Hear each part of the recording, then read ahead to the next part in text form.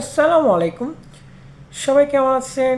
Oman প্রবাসী ভাই ও বোনেরা, বিশেষ করে আপনাদের জন্য একটা গুড নিউজ। আপনারা অনেকেই অনেক দিন যাবৎ অপেক্ষা করতেছেন প্রবাসে বসে, ওমানে বসেই আপনাদের এনআইডি কার্ডটা কীভাবে তৈরি করবেন। সরকার কিন্তু এ নিয়ে উদ্যোগ নিয়ে নিয়েছে অলরেডি অনেক আগে থেকে, প্রায় 1.5 মাস আগে থেকে এটা শুরু হয়ে গেছে। তো এটা কিভাবে করবেন, কি কি প্রসেসিং, কি কি কাগজপত্র আপনাদের লাগবে, এটা নিয়ে বিস্তারিত ভিডিও। কি কি কাগজপত্র এনআইডি কার্ড আমাদের করতে লাগে সেটার বিস্তারিত হচ্ছে। 1 নম্বর, আমাদের অনলাইনে পূরণকৃত একটা ফর্ম লাগবে। দ্বিতীয়ত, আপনার জন্ম নিবন্ধনের বাংলা এবং ইংলিশ ভেরিফিকেশন অনলাইন কপিটা লাগবে।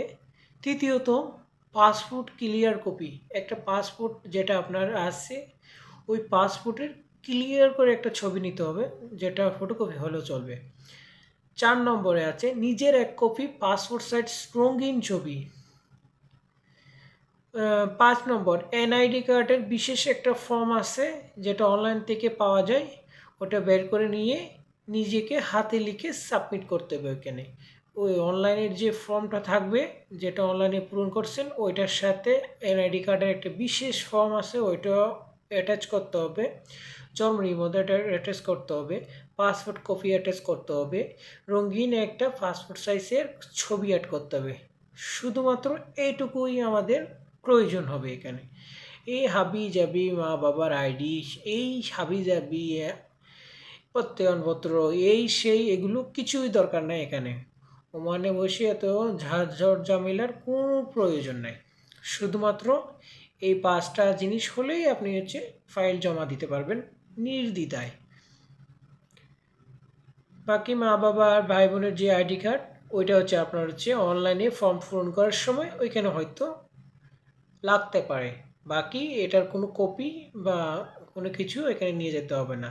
হ্যাঁ, একটা বিশেষ কথা, যে যখন আপনারা ফাইলটা সাবমিট করতে যাবেন, অবশ্যই অরিজিনাল পাসপোর্টটা হাতে নিয়ে যাবেন, না হলে আপনার ফাইল জমা নেবে না। ওইখানে আপনার ফাইল জমা নিয়ে এরা বায়োমেট্রিক পদ্ধতিতে আপনাদের ছবি নিবে, আপনাদের 10 আঙ্গুলের ফিঙ্গার নিবে, আপনাদের